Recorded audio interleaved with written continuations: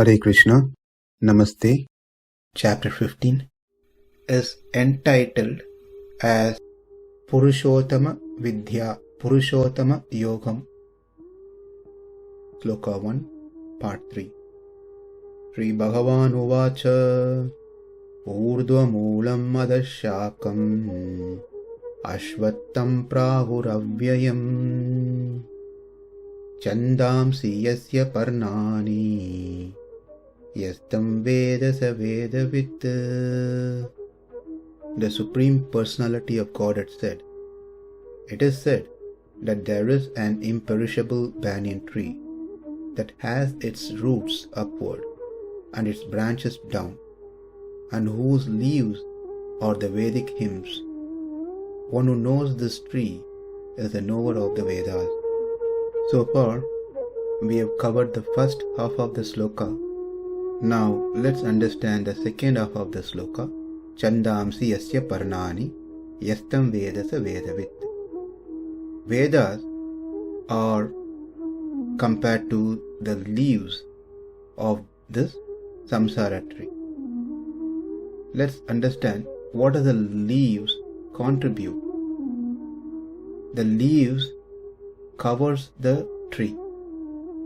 The leaves contributes to the growth of the tree. Without the leaves, the tree will wither and die. So the leaves are the cause of tree's nourishment. The leaves get the light from the sun and supplies to the tree. The leaves are the one which absorbs the air. Likewise, the Vedas covers and hide the truth about the samsara. Now, it may appear contradicting for what we have seen in the past two sessions, and now we are hearing something totally contradicting. The Vedas has two parts, Purva-kanda and Uttara-kanda. The Purva-kanda of the Vedas prescribe kamya karma, meaning desire-driven work. It is that part of the Vedas which covers this tree. What it means is that one should actually know that this tree is fit to be cut.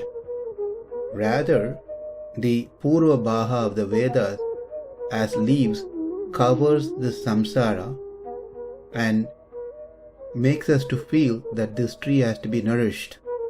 There are many sections in this Purva Bhaha which gives methods by which one can perform some sacrifice and derive some material benefit out of it.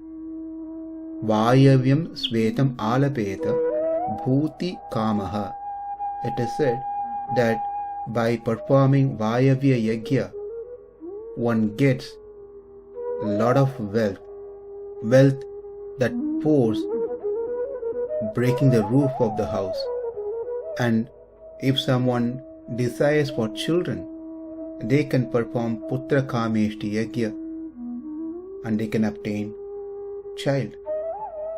If someone is interested in going to heavenly planet, one can perform jyotishthoma.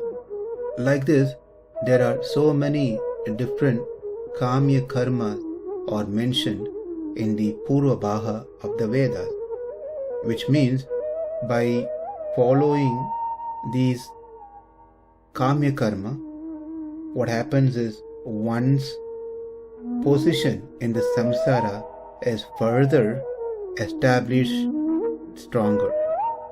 In other words, they are going to continue in the samsara for many more lives to come. So, chandāṁsi yasya parṇāni, this Purva Bhaha as leaves has covered the reality of the samsara by offering various kamya karma. We have already learned that karmas are three. Here karma is not the reaction, the activity is been mentioned in this context. There are three: nitya karma, naimitika karma, kamya karma. in these three, nitya karma and naimitya karma should not be avoided. One must perform. Whereas kamya karma is optional only. One does not get penalized for not performing kamya karma. But certainly, one gets a reaction if one does not do one's nitya karma and naimittika karma. Nitya karmas are obligatory action that performed every day. Naimittika karma is occasional action performed on a certain occasion. Kamya karmas are desire-prompted actions.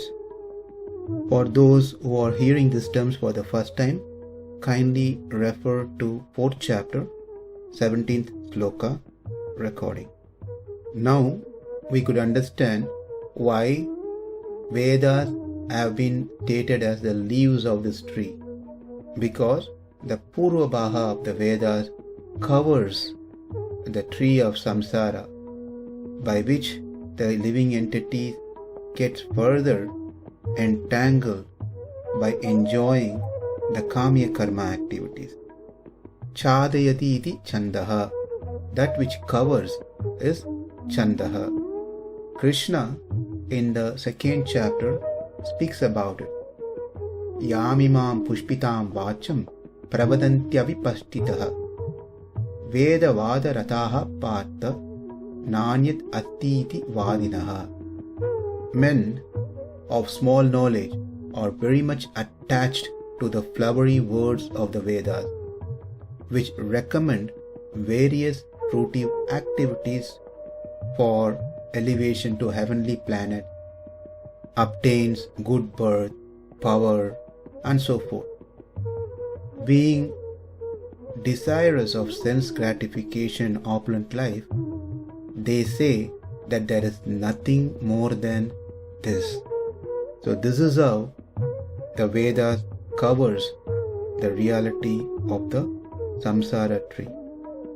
So those who are serious in getting out of this samsara tree, one has to refer to the 2nd part of the Vedas, which are known as Vedanta Upanishad. And the Vedanta part explains how to cut this tree.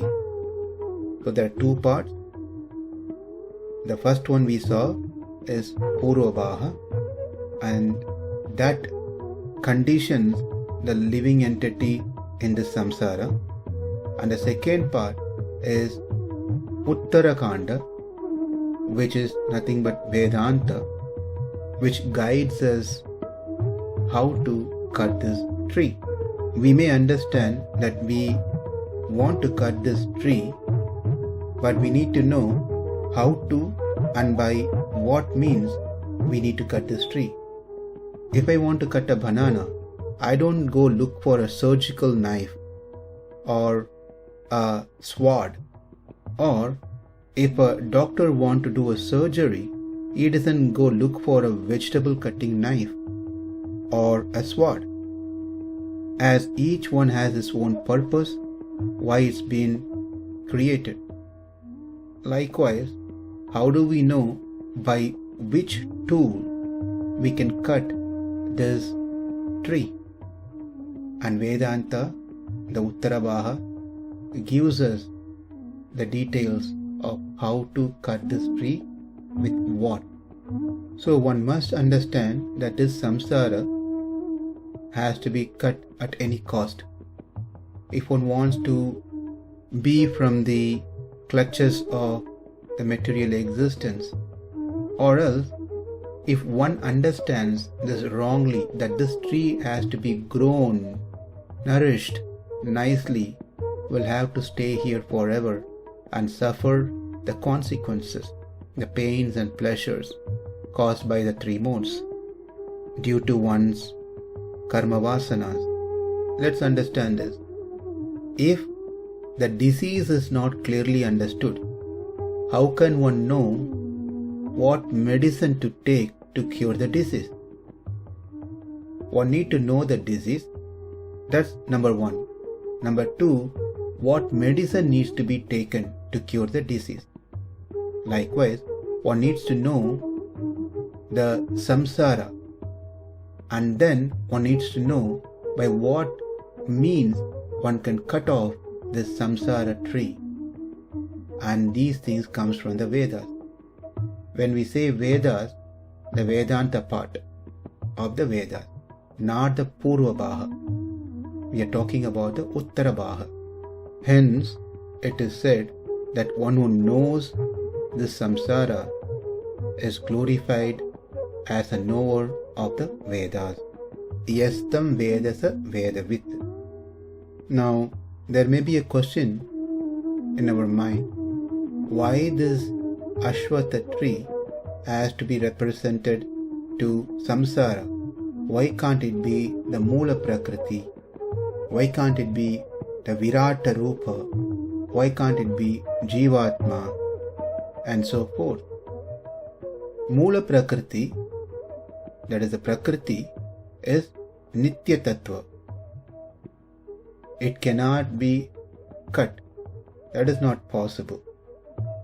Whereas the samsara, which is a byproduct of the Mūla Prakriti, is the existence of both Prakriti and the Jivatma together. Therefore, just considering the Mūla Prakriti as to be the tree has no value by cutting it off.